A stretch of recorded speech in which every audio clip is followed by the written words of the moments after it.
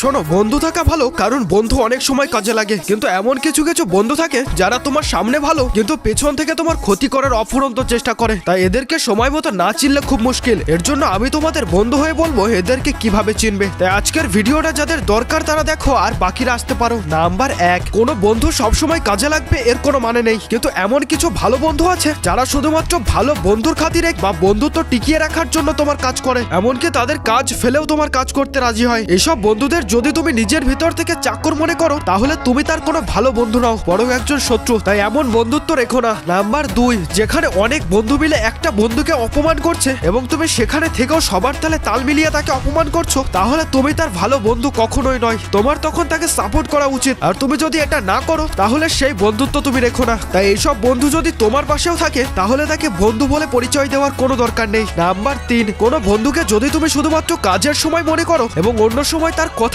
বিন্দুমাত্র মনে করো না, তাহলে তাকে একেবারে ভুলে যাও, কারণ তুমি তার বন্ধু হওয়ার যোগ্য নও। তাই এসব বন্ধুত্ব রেখো না। কিন্তু আমি তোমাদের বন্ধু হয়ে পাশে থাকতে পারি, তার জন্য কমেন্ট করো বেস্ট ফ্রেন্ড।